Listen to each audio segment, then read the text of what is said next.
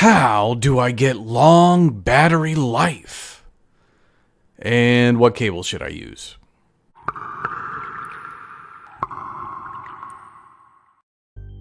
Hello and welcome to iPhone Black and White, video series dedicated to help anybody become an iPhone expert, even you. Okay, so in this video we are going to cover the battery in your phone and also in the iPad, because this pretty much applies to it as well.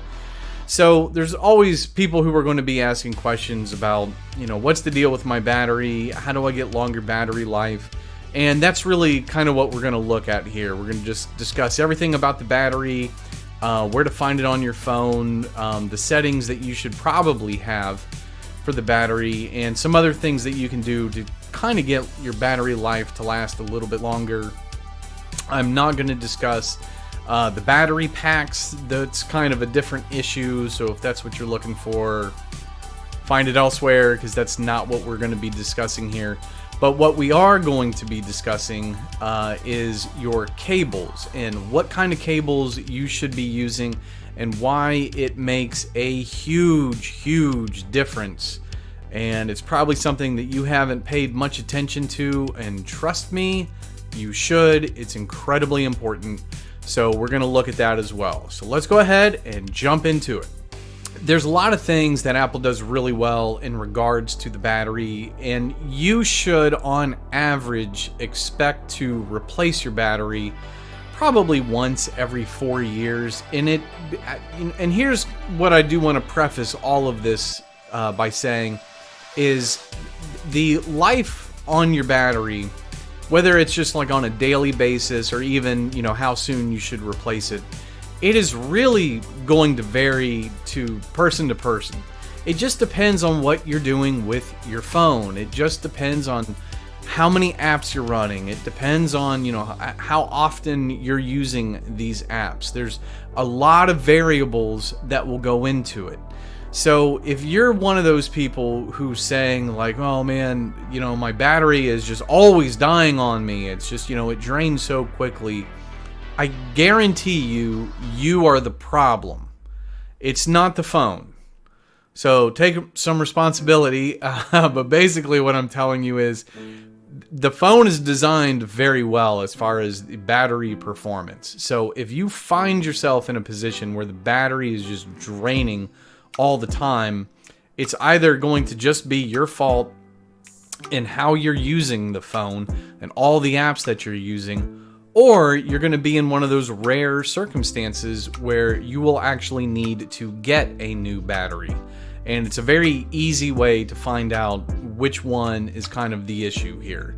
And we're going to take a look at that as well. So first, let's just go ahead and jump in and look at some of the things about the battery, where it is on your phone, and some of the features that go with it. Alright, so we're going to get into our phone here, go to your settings, and then we're going to scroll down and click on battery. It'll be a green icon right there above privacy.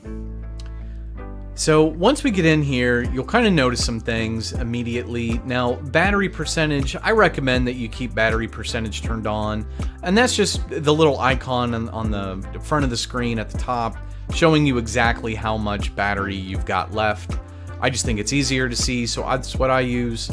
Low power mode temporarily reduces background activity like downloads and mail fetch until you can fully charge your iPhone. Now, low power mode, basically if you go under 50% and you've got that turned on, it kind of stops those things, and it stops like the automatic downloads. You can still use your app store and download something, but it basically slows down your phone so that you don't run out of your batteries sooner. So it's a good feature. I don't use it because this is my test phone. I don't use it all that much.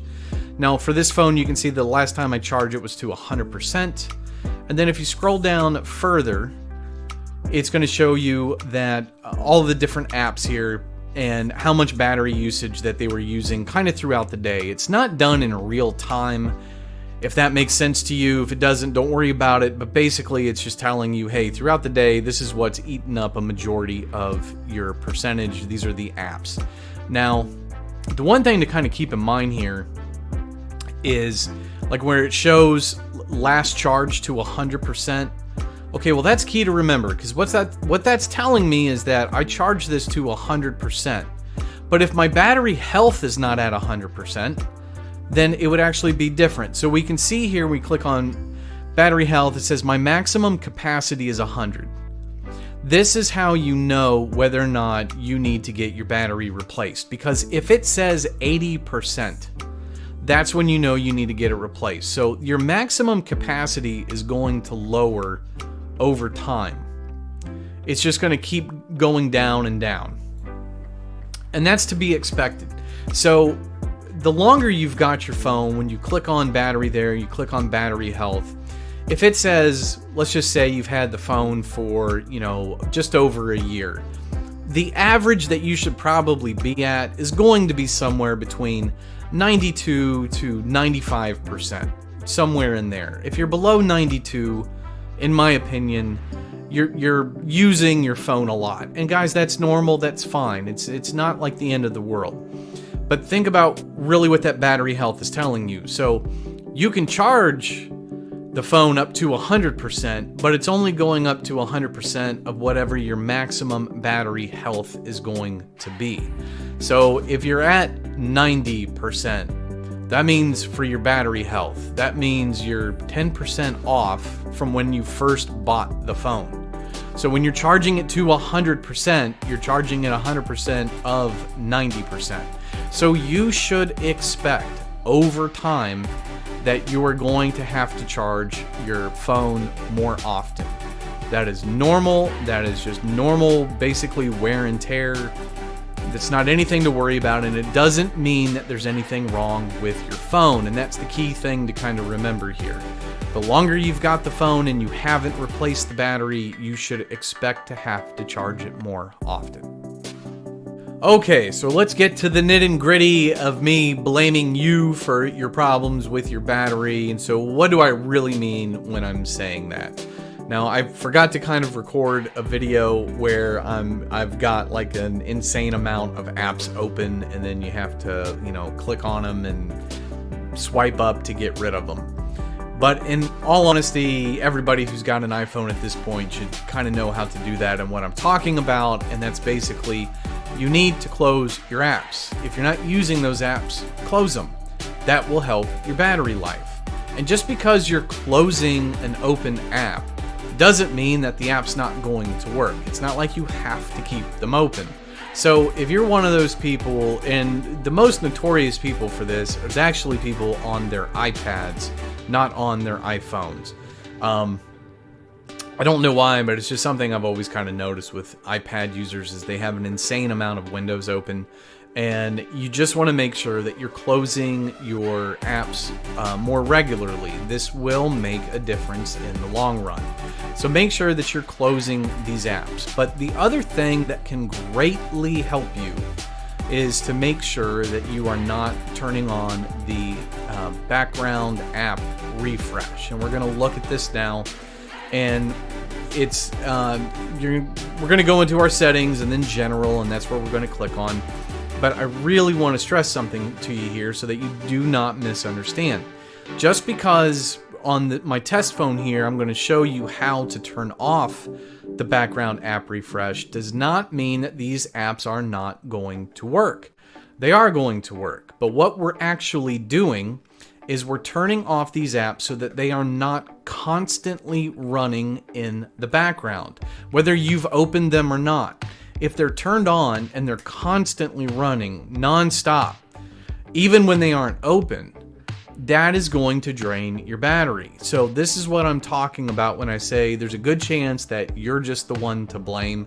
Is if you're not setting up your settings correctly here, this is just some of the things that add up over time that kind of kills your battery health, that drains the battery throughout the day. So let's go ahead and take a look at how to turn this off.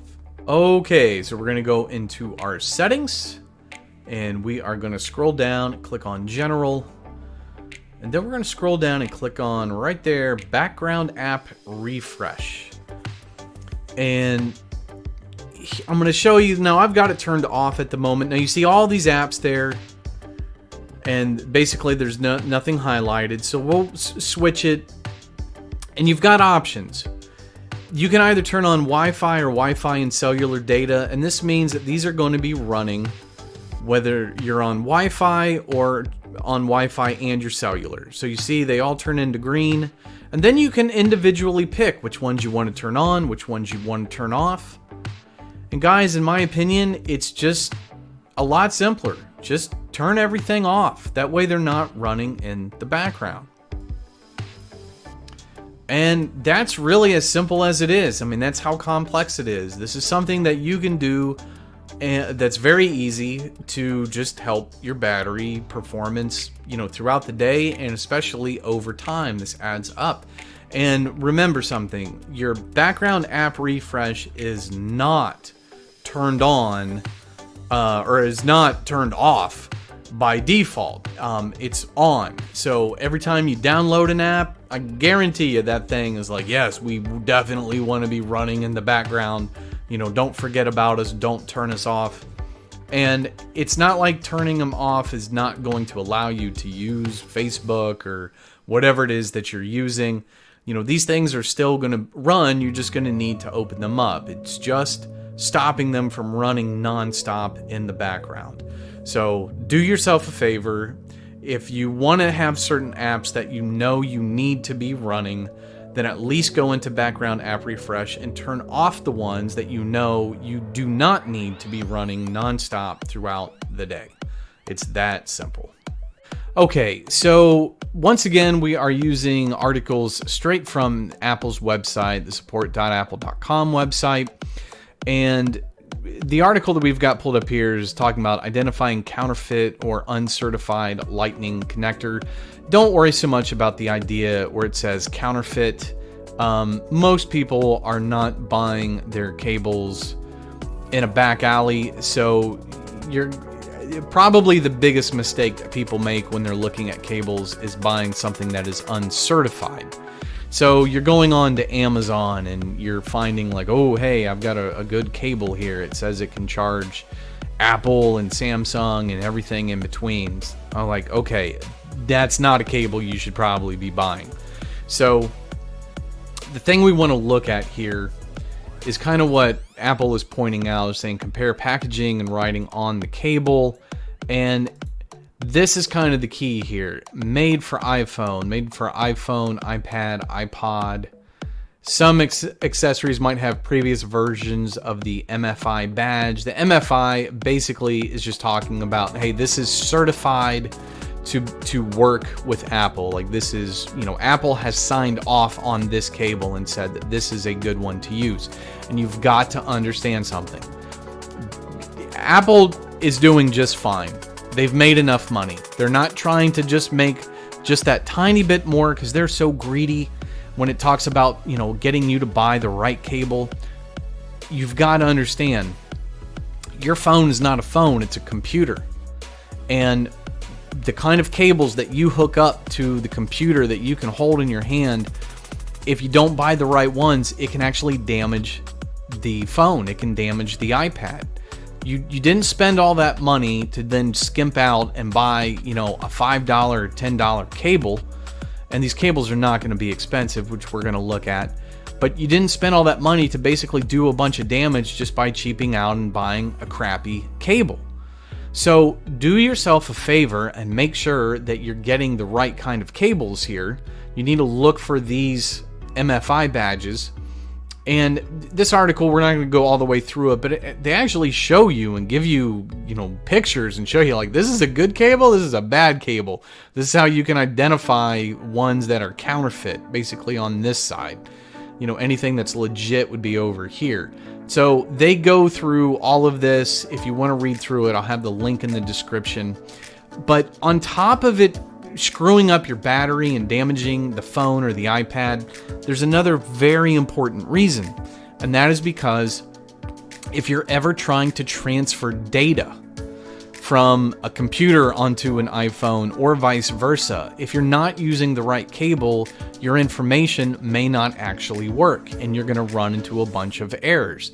So it's imperative for you to make sure that you're using the right cables. Okay, so I've stressed that point. So what kind of cables should I buy? Okay, so now we're on Apple's official website, and we're looking at their cables. And there's a couple things I want to point out here. First of all, these cables are not insanely expensive, considering how much money you spend on the phone. So, like a normal cable for most of the phones, USB-C to Lightning cable, $19. This is a 2-meter one, so it's $35. It's a longer cable. But what we really want to look at here, because obviously you can see they don't say the word Apple, but these are basically the cables that Apple makes. But right here, Belkin, Native Key. There's another one. There it is, Mophie. So Native Union Night. These are different brand names. Belkin is its own company, but kudos to Belkin, they have been approved by Apple to actually make Apple certified cables. Same with Mophie, Native Union. There's another one. I don't know that I'm gonna find it in here. I can't remember the name of it, but there's another one. And basically any cables that you want to buy for your phone, buy it from this website. If you're not buying it in the Apple Store, buy it from this website. And if you're in Best Buy, just don't forget to go back and look for these badges. But it's actually a lot simpler just to order these cables and have them sent to you. And like I said, these are incredibly important because you will do a bunch of damage to your device, plus you will screw up transferring your information. So if you need a cable, guys, it's a no-brainer. Go to apple.com and go to their power and cables section. Alrighty guys, thank you so much for taking the time to watch this video. I really do appreciate it, and don't forget to hit like, hit subscribe, come back and learn more about becoming an iPhone expert. And don't forget to share this video with your friends and family so that I can also turn them into experts and they will leave you alone. Alrighty guys, thank you so much. We will catch you next time. See ya.